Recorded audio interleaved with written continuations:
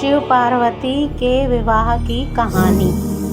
शिव और पार्वती के विवाह की कहानी हिंदू पौराणिक कथाओं में एक महत्वपूर्ण स्थान रखती है। यह कथा शिव पुराण और देवी भागवत पुराण में विस्तृत रूप से वर्णित है। पार्वती का जन्म और तपस्या। पार्वती हिमालय पर्वत और उनकी पत्नी मैना की पुत्री थी। उनका जन्म पूर्व जन्म की सती, जो शिव की पत्नी थी, के पुनर्जन्म के रूप में हुआ था। सती ने अपने पिता दक्ष के यज्ञ में अपने पति शिव का अपमान सहन न कर सतीत्व का त्याग कर दिया था। पार्वती के जन्म का उद्देश्य शिव से पुनर्मिलन था।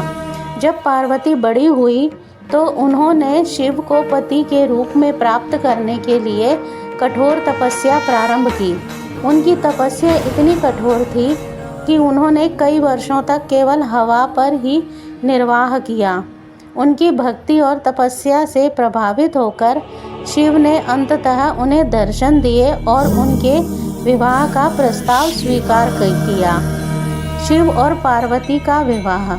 शिव और पार्वती का विवाह एक महत्वपूर्ण और भव्य घटना थी। विवाह समारोह को देवताओं, ऋषियों और अन्य दिव्य प्राणियों ने देखा। हिमालय ने इस विवाह का आयोजन किया और सभी देवताओं ने इसमें भाग लिया। शिव विवाह का उत्सव अत्यंत भव्य था, जिसमें सभी देवी देवताओं ने भाग लिया। शिव ने अपनी बारात में भूत, प्रेत और गणों को शामिल किया, जिससे प्रारंभ में हिमालय और अन्य देवता भयभीत हो गए। लेकिन पार्वती की अटल भक्ति ने सब कुछ सही कर दिया। शिव ने पार्वती के साथ विवाह बंधन में बंधकर एक नए अध्याय की शुरुआत की, जिसमें वे दोनों मिलकर संसार की भलाई के लिए कार्य करने लगे। पार्वती के साथ विवाह के बाद शिव का जीवन अधिक संतुलित और पूर्ण हो गया। पार्वती ने उन्हें एक घरेलू जीवन का सुख और संतोष प्रदान किया।